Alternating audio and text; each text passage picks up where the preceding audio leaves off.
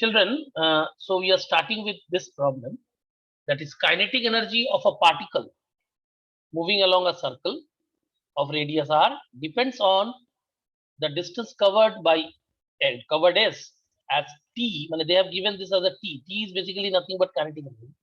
Is alpha s square, where alpha is a constant. Find the force acting on the particle as a function of s.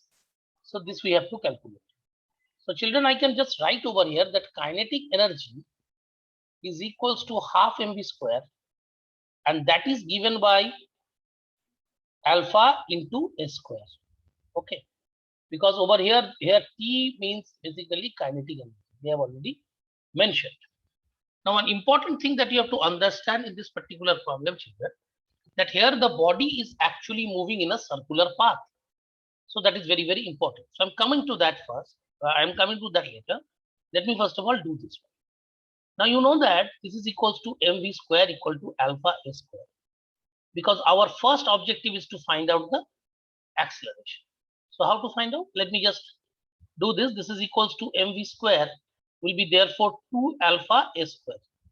Now if I differentiate with respect to time, so what shall I get?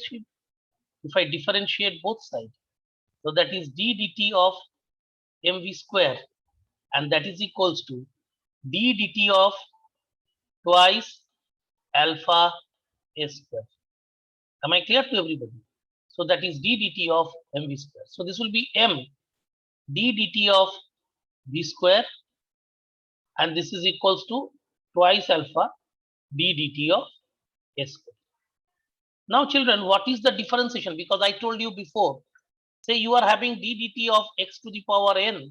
So the formula will be nx to the power n minus 1 into dx upon dt. So please remember this formula, as I had discussed before also this formula. So please remember, this is the formula that I will use it over here.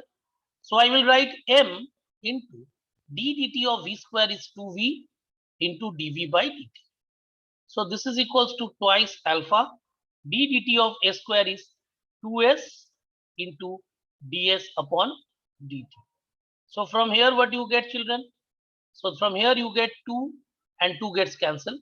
So m v dv upon dt. So that will be equals to twice alpha s.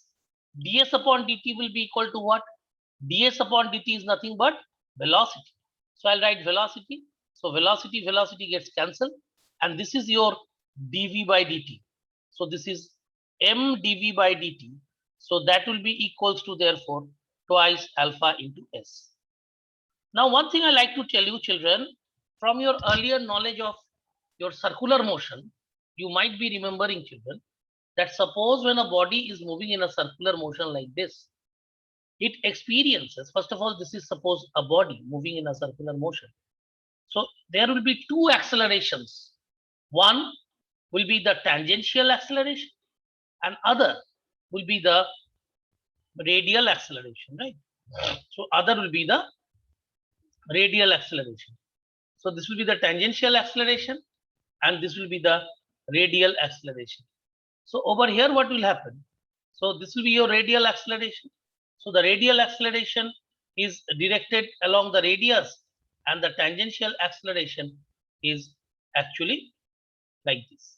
So this is your tangential acceleration, and this is your radial acceleration, and this is your the blue one which I have drawn, that is your total acceleration, which will be equal to root over of a tangential square plus a radial square. Am I clear to everybody? So this is your net acceleration.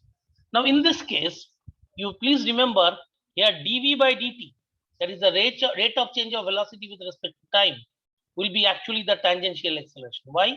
Because the velocity also actually acts tangentially in a circular motion. All these things have been discussed before. So the velocity will be actually acting like this over here. So if the velocity acts like this, so this will be the direction of your tangential acceleration also.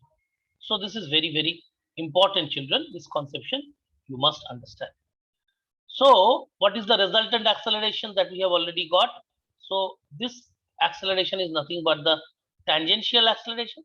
So I'll write tangential acceleration therefore is twice alpha s by m. So this is the tangential acceleration we have found. Our next duty is to find out the radial acceleration, and that radial acceleration, you remember, is also known as centripetal acceleration, right beta? So this is also known as centripetal acceleration, and this acceleration, that is the centripetal acceleration, is equals to v square upon r. So our next duty is to take the value of v square over here. What is the value of v square? You have already seen, children. Mv square was equal to twice alpha s square. So we can easily use this value. So from here we get v square is equals to twice alpha s square by m. So this is your v square. So what you get from here, that is mv square by r will be equals to, therefore this is v square by r. So your radial acceleration will be equal to v square by r, and that is v square equals to how much? That we have already got it. That is equals to, we have already found out, twice alpha s square by m. So v square is equals to twice alpha s square by m, and over here you have got r. So this is your radial acceleration, and the tangential acceleration already has been found by us. So all the acceleration, what will be the resultant acceleration then? So we can easily find out now. So therefore, the net acceleration will be equals to root over of a tangential square plus a radial square.